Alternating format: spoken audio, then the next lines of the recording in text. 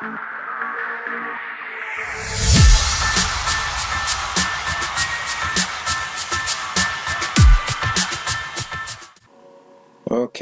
I said I would do this, so we're doing it. Welcome back, everyone. It's Nacho, and I'm going to do a WPL recap video for Season 7, which I partook in last year, but I'm just finally getting around to wrapping up. And it works out nicely because I also have a little bit of an update, or a couple updates, I guess, to tell you about at the end of the video as well. But first, we'll do this. So, this recap video, I guess I'm going to go over kind of, the season, wins and losses, and then kind of go through every Pokemon I used and what I thought of it, and just my opinions and my thoughts. I don't know, who cares? So hopefully you like it. If not, why are you watching this? I don't know, I'm going to tell you. Anyway, so, WPL, let's scroll over a little bit to the schedule so you can see how I did over the season. As you can see, I got off to a pretty good start.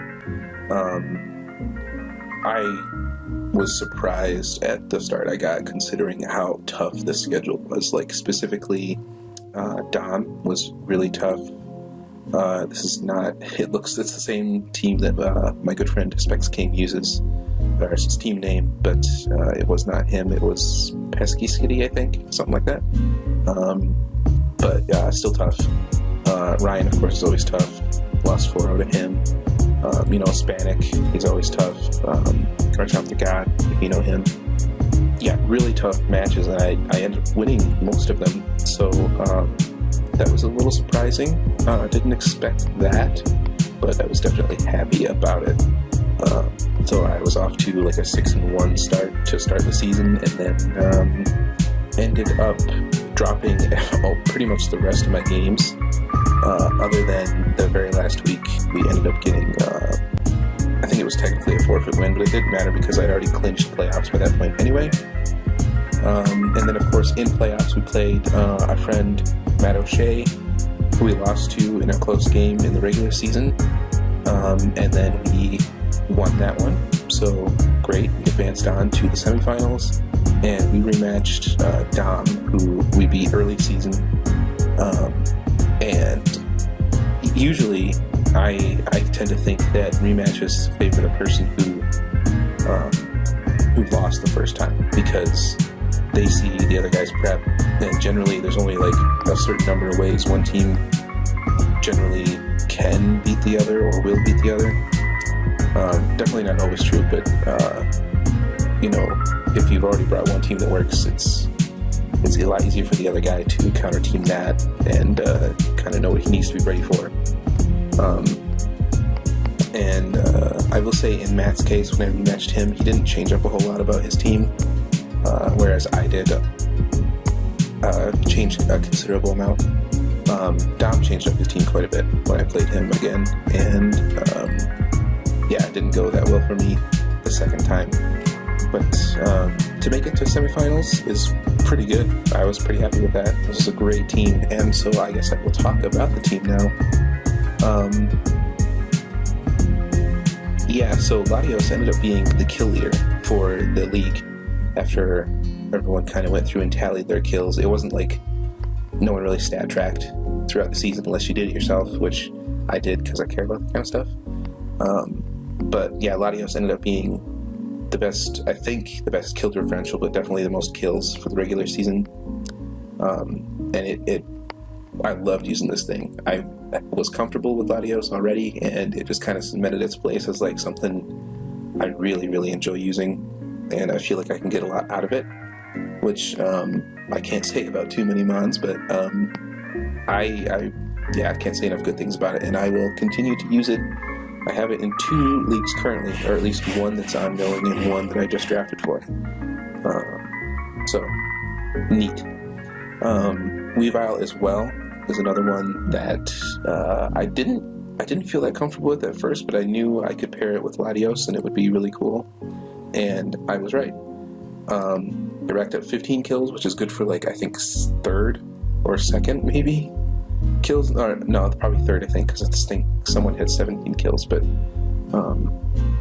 yeah, to have 2 in like the top 3 or 4 was awesome for kill leaders. Not that, that's not what matters, but it matters to me.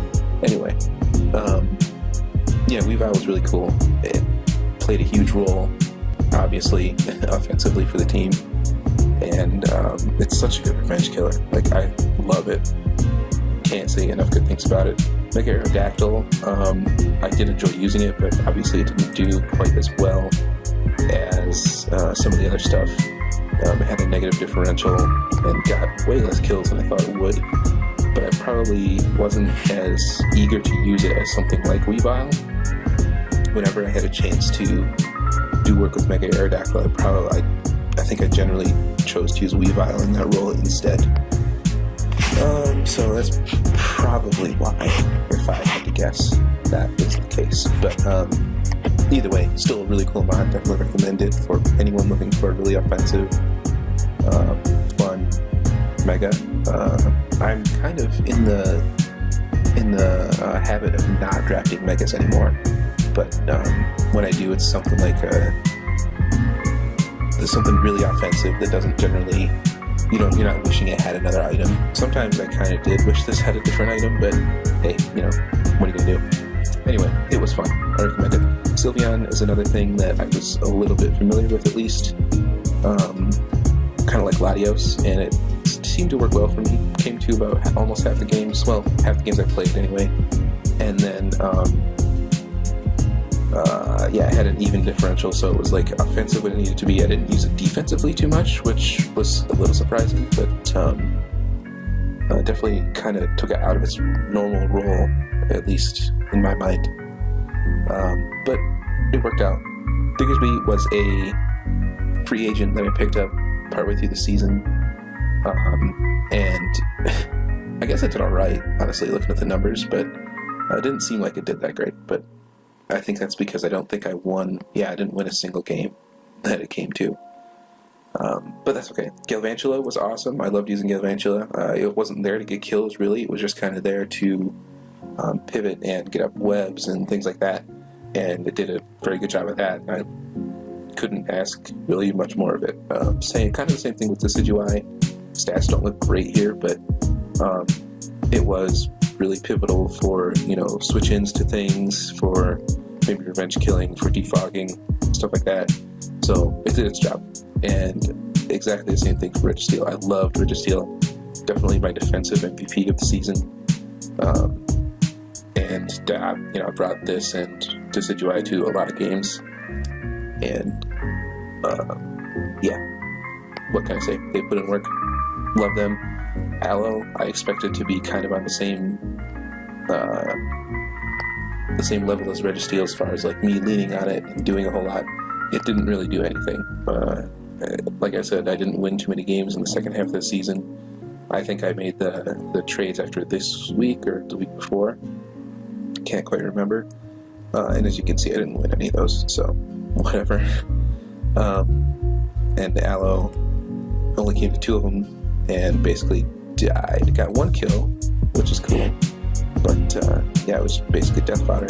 Girder, I don't even remember what it did. I can't remember the one game I brought it at all. But hey, glad you were here, buddy.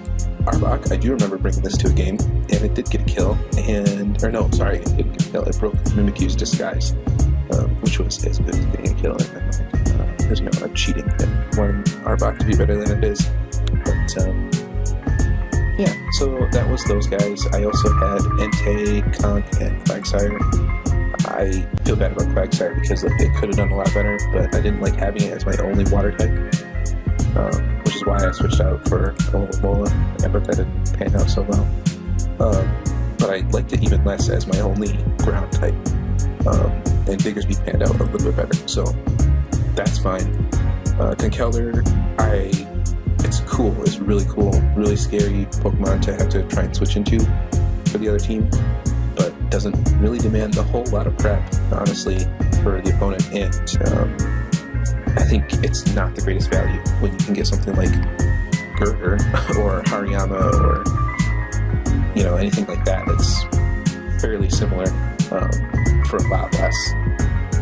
And as you can see, like, it didn't get a kill. Gritter did in this in more games, honestly. So yeah, I would not probably use Conkeldurr again. I've used it twice now, and it's not to say it's bad. It's just I think you can get more for your money with this Pokemon. And then Entei, which I used miserably, and I feel bad because it is a good Pokemon, but I just couldn't use it that well. But hey, good season overall. I think everything together kind of worked fairly well, obviously, and it was fun to use. And I mean, things are fun when you're winning, right? So it was cool. I enjoyed it, and unfortunately, I won't be returning for the next season, which is about to start. But yeah, hopefully I can probably hop back in the next season if they'll have me. And in the meantime, for another update, I am about to start another league, and I'm going to try to upload that one. And you will see that video coming up pretty soon here. And that'll be the BBL Showdown Division League. BBL being the Bandless Battlers League. They have a Wi-Fi division, which is upload required. So you may have seen it. I mean, you're watching my video, you probably know people in it, like, you know all about it. But anyway, I'm in that, and I'm going to try uploading it. So very soon you will see my draft analysis video, and at least week 1. And hopefully it goes beyond that. So anyway, I think that's all I wanted to say for this one. Oh yeah, by the way, my league, Nepal, which most of you are probably familiar with by now, I made a Twitter for my league, so follow that, because I basically just, you know, I shitpost on Twitter, so that's fun, right? Anyway, I link that down below as well. You can follow that if you care or want to. And other than that, I will see you guys for my draft analysis video. Yay!